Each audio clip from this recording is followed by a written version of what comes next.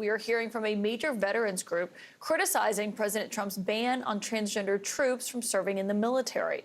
The CEO of Iraq and Afghanistan Veterans of America says that the president's order tells service members their sacrifice is not valued. Last night, we spoke to Republican Congressman Dan Crenshaw about this, and he argued also that he believes transgender people are not fit to serve. I'm saying by definition, if you have transitioned into a different gender, you are not meeting our medical standards. Right, but that's your opinion. You're creating, no, it's not an opinion. But then how are there trans people serving in the military right now?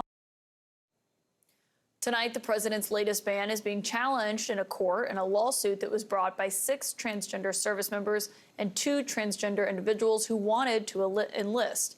My source on this tonight is the U.S. Navy commander, Emily Schilling, who has done 2 tours of duty in Iraq and Afghanistan as a Navy pilot, was awarded 3 air medals and an award for superior airmanship as well. She transitioned years ago and has since been promoted with merit. She's also the president of Sparta, which is an advocacy organization made of transgender troops. And I want to thank you so much for being here. Just this order that came out, and we finally got to read the text of it this morning. You have almost 2 decades in your naval career. What is your view of this? Well, it hit me kind of hard. You know, I've dedicated about 19 and a half years of service. It was my dream to join and fly for the Navy since I was little. I did the 2 tours in Iraq and Afghanistan, 60 combat missions. I got a lot of value at it and a lot of self-identity out of it. Later, I went on to be a test pilot and then the meritorious promotions. I have been at the pinnacle of naval aviation. I think I'm proof standing here that, you know, we are qualified to serve. And when you see this and the language of it, I was reading through this because the congressman and I were kind of going back and forth on this last night, and it says that, quote, an adoption of a gender identity inconsistent with an individual's sex conflicts with a soldier's commitment to an honorable, truthful, and disciplined lifestyle, even in one's personal life. What is it like for you to hear those words? First off, all I want to do is keep serving. You know, I've done that almost 20 years. I want to keep going. I have no desire to get out. And the feedback that I've had from prior to transition to after is that it's made me actually a better leader, able to connect with my people more and in a more authentic way, because I can meet them wherever they are. And so when you hear this idea that because you've gone through that you are not fit to serve, as the congressman was stating, saying that you wouldn't be able to be up to the standards.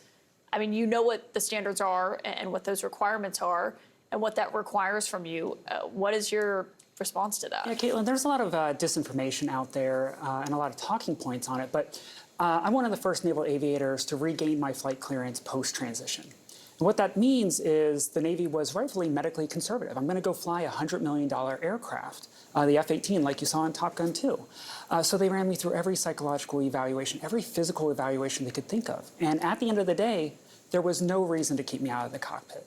We see this with all of the troops that are deployed across the world today, already embedded in combat units. We have lawyers, doctors, special forces, rangers, and they're all there today. If we yank them out, it leaves critical holes that are going to take decades to fill. So we dug in on this with the congressman. I want you to listen to what he said about that exactly and the test that you do go through. I know what war is like, and I know what it takes to deploy. I was not allowed to deploy for vision issues. Now, what if you need to be on a bunch of medications and your entire body has been changed radically into another gender? It makes it very difficult to deploy you into the places that we need to deploy you. You're basically arguing you're proof that they're wrong. I am proof. My total med downtime, as they put it, was about a month. That's in line with somebody who has minor knee surgery. We have individuals who go through as much a transition as they want without ever being down. It's really just, you know, bad gouge. And we've heard from people like the new Secretary of Defense, Pete Hegseth, talk about recruitment and how they need to improve and how the numbers are down and they're trying to appeal to people.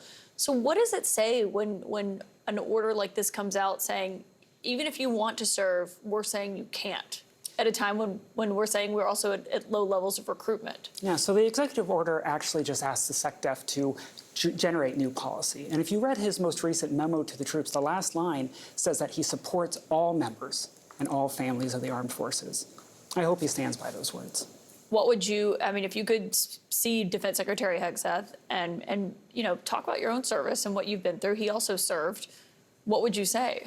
I think that would be a really wonderful conversation. I would welcome it. When people get to know somebody who's transgender, we're able to kind of change the narrative. I think there's a lot of misconception of what it's like to live in my shoes or live in my boots, as it was.